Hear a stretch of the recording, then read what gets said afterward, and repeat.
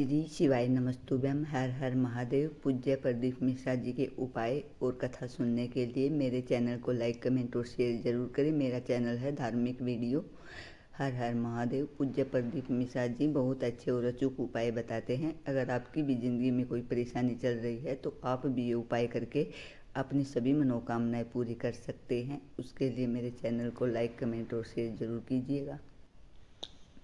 बेटी बड़ी हुई तो घर में मायके में दुख देखा और मायके से गई ससुराल में तो ससुराल में दुख देखा।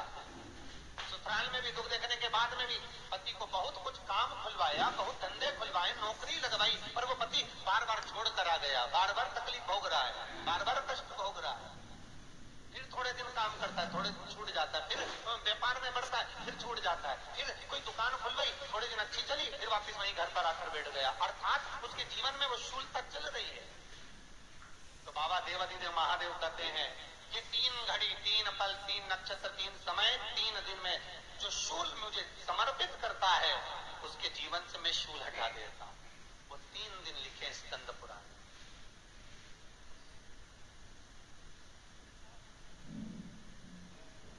महाराज बैसाख महीने में प्रदोष आती है।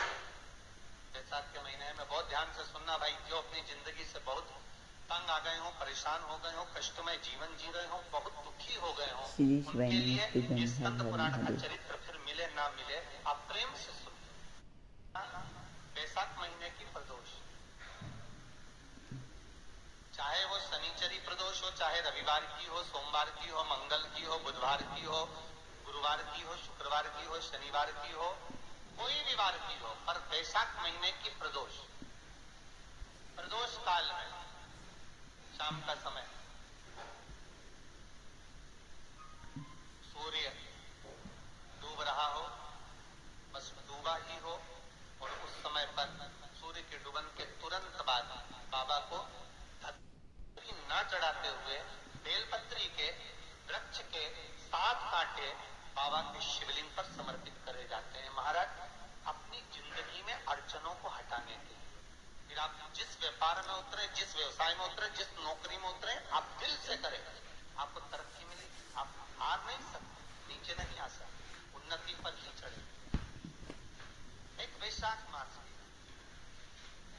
प्रदोष। दूसरा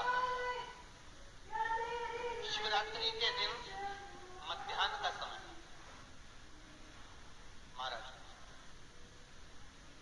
जो बड़ी शिवरात्रि होती है माघ की, बड़ी शिवरात्रि के अंतर्गत मध्याह्न कांटे बेलपत्री के वृक्ष समर्पित होते हैं। इसमें आप ये वाले जो कांटे हैं जो शिवरात्रि के दोपहर 12 बजे वाले हैं, अगर कोई मदिरा पीने वाला हो, व्यसन में डूबने वाला हो, जुआ खेलने वाला हो, कोई गलत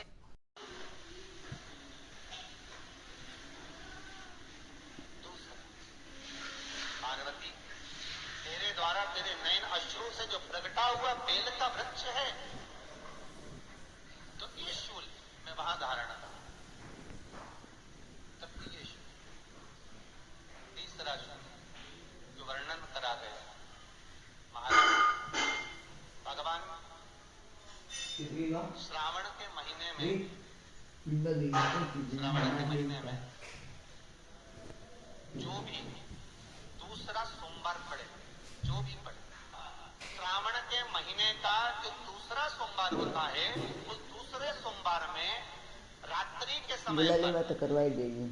अर्थात शास्त्र अब घड़ी और पल का स्मरण करेंगे तो रात्रि के बजेंगे 10 से 12 बजे, 10 से 12 के बीच धतूरे के साथ बाबा को शूल समर्पित होता है।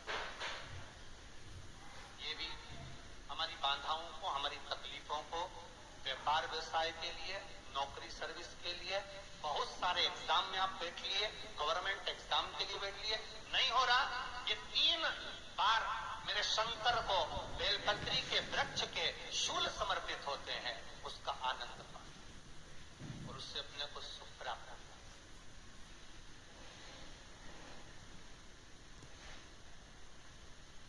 कि बाबा भोलेनाथ जी के नयन अश्रु से जो प्रकट हुआ वो रुद्राक्ष का पौधा, माता पार्वती के नयन अश्रु से जो प्रकट हुआ वो बेलपत्री का पौधा है, और उमा और महेश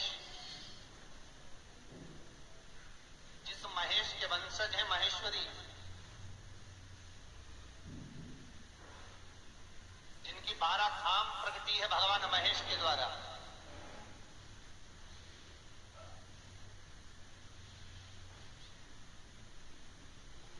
श्री शिवाय नमस्तुभ्यम हर हर महादेव। पूज्य प्रदीप मिश्रा जी के उपाय देखने के लिए मेरे चैनल को लाइक कमेंट और शेयर जरूर करें। उमा और महेश का जो चरित्र है कि उमा और महेश का जब प्रागट्य हुआ, उमा और महेश जब दोनों आनंद में विभोर होकर जब चलते हैं और दोनों के बैठने से तप मुद्रा से जो पौधा उत्पन्न होता है वो शमी का पौधा है।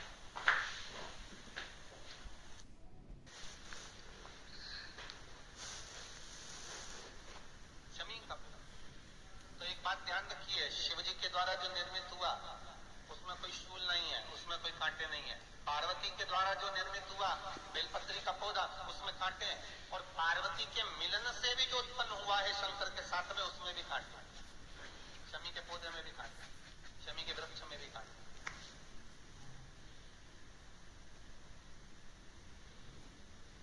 तो पार्वती जी स्कंद पुराण में प्रश्न कर रही हैं भोलेनाथ जी से कि प्रभु मुझे ये बताओ कि आपके द्वारा जो निर्मित हुआ उसमें शूलता नहीं है,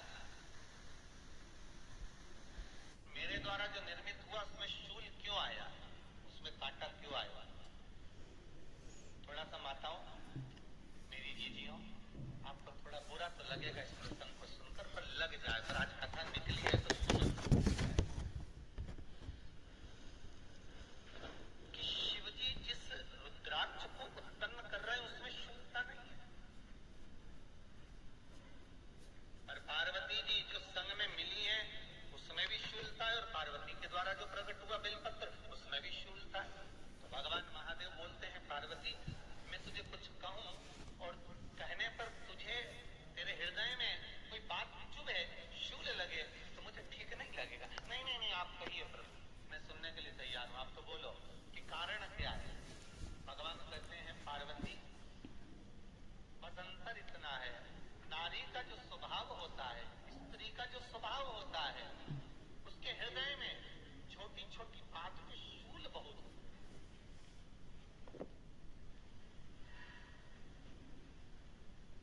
जेठानी ने ये कह दिया, देवरानी ने ये कह दिया, तुम्हारी मम्मी ये बोल दी, तुम्हारे पापा ने ये कह दिया, तुम्हारी बहनों ने ये कह दिया, तुम्हारे भाई ने ये कह दिया, तुम्हारे रिश्तेदार ने ये बोल दिया। ये नारी के भीतर ये शूलता रहती है। तो पार्वती जी बोली कि जितना तप आपने करा उतना तप मैंने करा, और जितनी साधना आपने करी उतनी साधना मैंने करी, और जितना आराधना दिल से आपने करी उतनी आराधना दिल से मैंने करी, फिर इसमें शूलता कहां से आ गई? भगवान शिव बोले, बस पार्वती बात इतनी सी है कि जब मैं आराधना। पूज्य प्रदीप मिश्रा जी ने बताया कि अगर हमारी ज़िंदगी में बहुत परेशानी चल रही है तो भगवान शिव को एक धतूरा समर्पित करने से या बेलपत्री के कांटे समर्पित करने से हमारी ज़िंदगी से सभी दुख, दर्द और कष्ट मिट जाते हैं। पूज्य प्रदीप मिश्रा जी ने यह भी बताया कि जो माता लक्ष्मी से, जो माता पार्वती से पैदा हुए हैं, उन सभी पौधों में कांटे होते हैं, जैसे बेलपत्री के पेड़ में और धतूरे के पेड़ में। पूज्य प्रदीप मिश्रा जी ने बताया कि औरत के दिल में हमेशा शूल चुभते रहते हैं, क्योंकि वो बातों को अपने दिल से लगा कर रखती है। पूज्य प्रदीप मिश्रा जी के उपाय और वीडियो अगर अच्छी लगी हो तो लाइक, कमेंट और शेयर जरूर करिएगा। मेरा चैनल है धार्मिक वीडियो। पूनम शर्मा। हर हर महादेव। जय शिव शंकर। भगवान आप सभी की मनोकामनाएं पूरी करे।